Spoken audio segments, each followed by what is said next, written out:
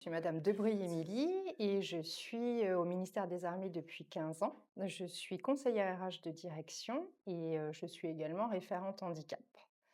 Je suis aussi en situation de handicap. J'ai fait toute ma carrière au ministère des Armées et j'ai évolué au sein du ministère des Armées.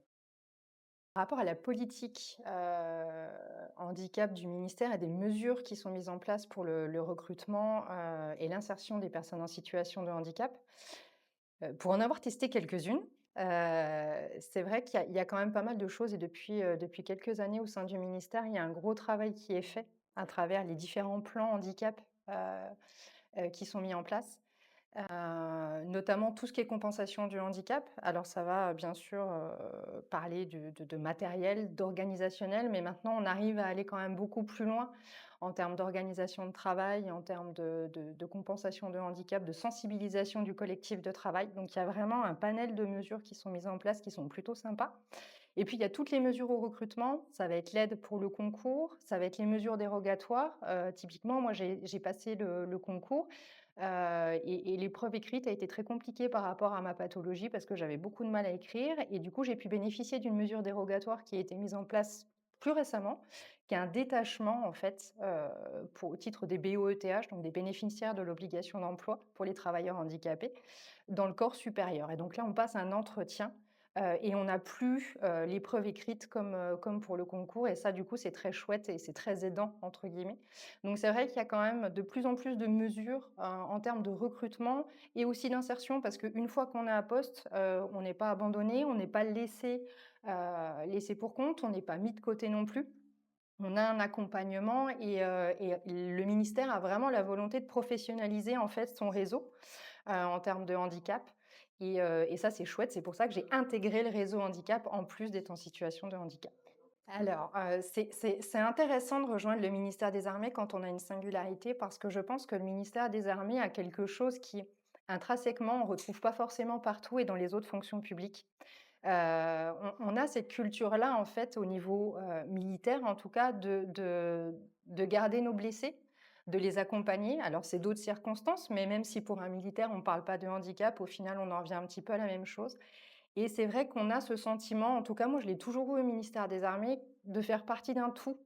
Et mon handicap n'a jamais été une source d'exclusion. Au contraire, en fait, j'ai presque envie de dire qu'au fur et à mesure des années, je vois plus mon handicap comme une chance que comme un vrai handicap. Tant il m'a apporté en termes d'études, en termes de compétences et en termes professionnels tout simplement. Et ça, c'est le ministère des Armées qui me l'a permis. Il a cette spécificité-là, entre guillemets, d'avoir une certaine cohésion, qu'on ressent vraiment dans le collectif de travail. Alors faut pas tout idéaliser, bien sûr, bien évidemment, mais c'est quelque chose que culturellement on sait faire. Accompagner, la différence, la singularité, c'est quelque chose qu'on sait faire, qu'on apprend à faire, parce qu'il y a beaucoup de travail de sensibilisation qui est fait, hein, encore et qui reste à faire, bien entendu. Mais c'est vrai que il y a un petit plus au ministère des Armées, peut-être par rapport aux autres, administrations et peut-être au secteur privé, c'est vraiment ça, c'est cette culture de l'accompagnement du blessé, qui fait qu'en termes de handicap, clairement, on a cette plus-value, cette connaissance, on sait le faire, en fait. Alors ma singularité, m'aide, en fait, au quotidien à accompagner les personnes qui sont en situation de handicap ou pas. Parce qu'en fait, quand on est référent handicap, en tout cas moi je vois ça comme ça, ma porte est ouverte et on accueille toutes les singularités, qu'elles portent le nom de handicap ou pas. Heu et en fait, mon handicap, ma singularité ou peu importe comment les gens l'appellent, c'est quelque chose qui m'a ouvert l'esprit, qui m'a apporté des compétences en termes de savoir-être, qui me permettent aujourd'hui, peut-être au niveau de la temporalité de mon handicap, d'avoir du recul par rapport à ma maladie, parce que je suis malade depuis que je suis toute petite.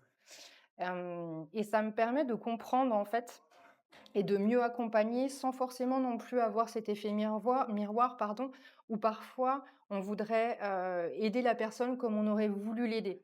Peu importe comment les gens le nomment, que ce soit singularité, handicap, maladie, problème de santé, au final, c'est un vrai plus. En tout cas pour moi, c'est un vrai plus.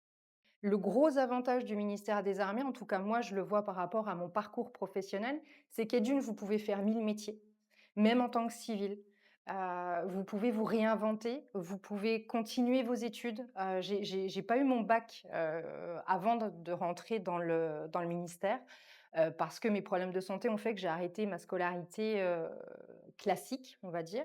Et quand je suis rentrée au ministère, j'ai eu la chance de faire une VAE, un bilan de compétences et aujourd'hui j'ai une licence. Donc le ministère des Armées, a ce petit truc en plus